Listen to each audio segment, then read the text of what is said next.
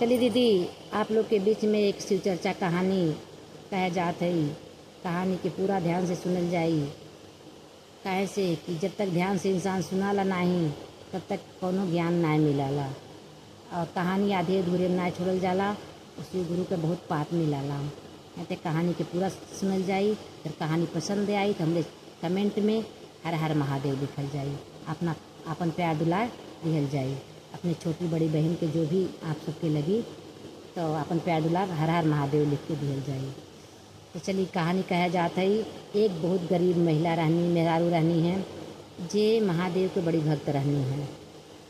तो जौन मेहरारू रहनी भोलेनाथ के बड़ी भक्त रहनी है, तो सबके घरे शिव चर्चा में जाएं, शिव चर्चा करें, सुनें, बड़ा मन लगे, बड़ा श्रद्धा भाव से भोलेनाथ के चर्चा में जाएं।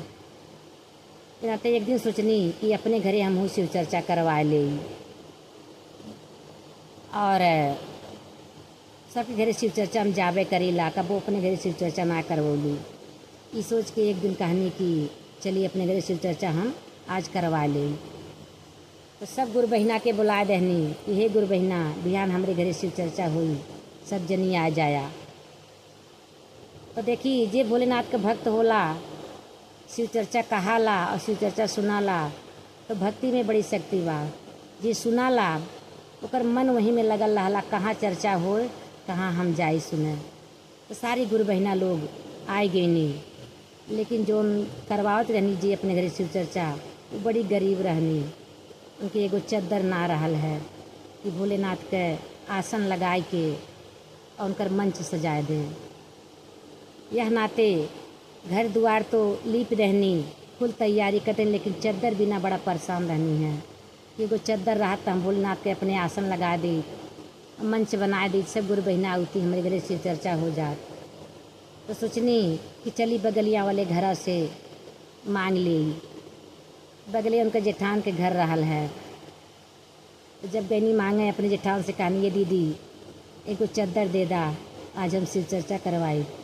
तो कहानी उनका जेठान कि बड़ा तो शिव चर्चा में जाए लू, भोलेनाथ के चद्दर ना तो दे पावत हैं, मांग ला हमरे चद्दर ना बा, साफ ना बा, धोवल ना बा। मतलब ऐसे बहाना कह के उतार दही। अपने घरे चलिए नहीं, दुखी हुई कि अपने घरे चलिए नहीं। कहनी कि अब का करी, आसन कैसे लगाई। इतने में सब गुरु बहिना लोग आवे लगनी जी के शिव चर्चा कहे कराल जी के बोले सब जनी आई गे नहीं। तो कहती का भेल दीदी। तो कहती हे गुरु बहिना, हमारे चद्दर ना बा, ये तो चद्दर हम बिछाए कि भोलेनाथ के अपनी चर्चा कहवाए ली। तो कहानी देखा अगर कोनो चद्दर वाला जात हो तो आज 5-5, 10-10 रुपया सजने चंदा लगा के तो बिना चद्दर खरीद दे।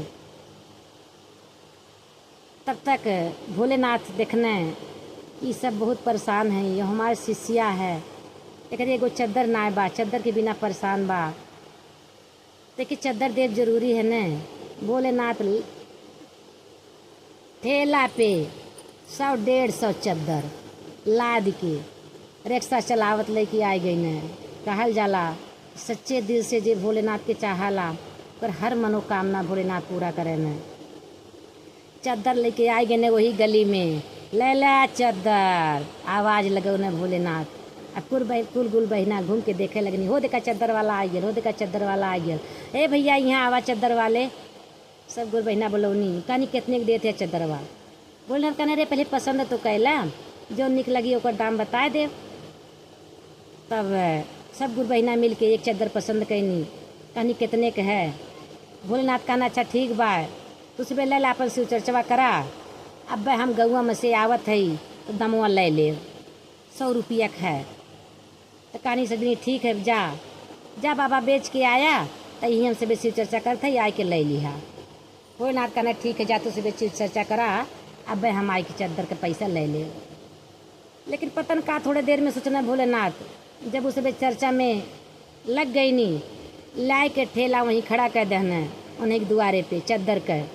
अब अपना चल गई न, कुल चद्दर वही छोड़ के अपने चल गई न।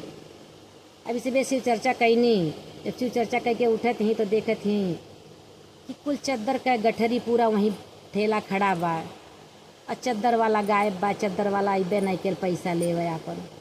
अभी सब जने सोचत हैं कि ये कहती है गुरु बहिना चदरवा वाला आयल नाय का हो, पैसे वाला ले नाय का। कहती अरे गौवा में गैल होई, अब बेच के आई तो लेवे करी, लेकिन भोलेनाथ काहे के आवे। कहल जाला ने एक सुई के अगर काम रहाला तब भोलेनाथ बहुत इतना देने कि जितना धरत नाय बनत, लेकिन श्रद्धा हो चाहिए दिल में। श्रद्धा और विश्वास दोनों हो चाहिए। अगर विश्वास है तो महादेव अपने सेवक के कब्बो निरर्थक नाय छोड़ते हैं, निराश नाय करते हैं कब्बो। यह नाते जब चद्दर छोड़ के चल गए ना सब जनी ये देखनी तो कहती सांझ हो गए, सब चद्दर वाला आयल लाए। कहती ठीक भाई से रख दा कि जब रहिए भुलाए गेल हों, जब बई हैं तब बई आपन ले जाइ हैं। 5-5 रुपया इकट्ठा कई के सब जनी 100 रुपया चद्दर के दाम, और चद्दर उठा के वही गुरु बहिना घर में धै दहनी और अपन शिव चर्चा कै लहनी। कई के सब जनी अपने अपने घरे चल गई। और जब चल गई नी तो भोलेनाथ तो अही है ये ना है, उन्हें देव के हालू दे दहना। 1 हफ्ता के बाद सब जनी फिर इकट्ठा बहनी। कहनी ये सखी गुरु बहिना चद्दर वाला आयल रहल। कहनी ना वो चद्दर वाला ना आए न। तो एक जनी कहा थी कि चद्दर वाला ना आए रहना वो भोलेनाथ खुद स्वयं भोलेनाथ रहना तो चद्दर देवे आयल रहना। कहे से उनके श्रद्धा से तू उनका शिव चर्चा कैले रहलू, नहीं तो तुमके चद्दर दे एक थी तोहरे ना रहल तो हमें भोलेनाथ उतना दे गई ने।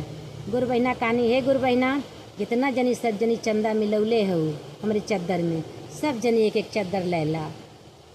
सब जनी एक एक चद्दर ले ला। नहीं भोलेनाथ अपन चद्दर सबके दे गई ने। सब जनी अपने घरे शिव चर्चा करवावे बैठे और भोलेनाथ के चर्चा कहाँ एना ते चमत्कार तो महादेव करवे करे न। हे भोलेनाथ जैसे उनके ऊपर चमत्कार कैला उसे जे हमारे गुरु बहिना शिव चर्चा सुने कहाँ करें, सबके ऊपर आपन दया बरसाया, सबके ऊपर आपन चमत्कार दिखाया। महादेव हर हर महादेव।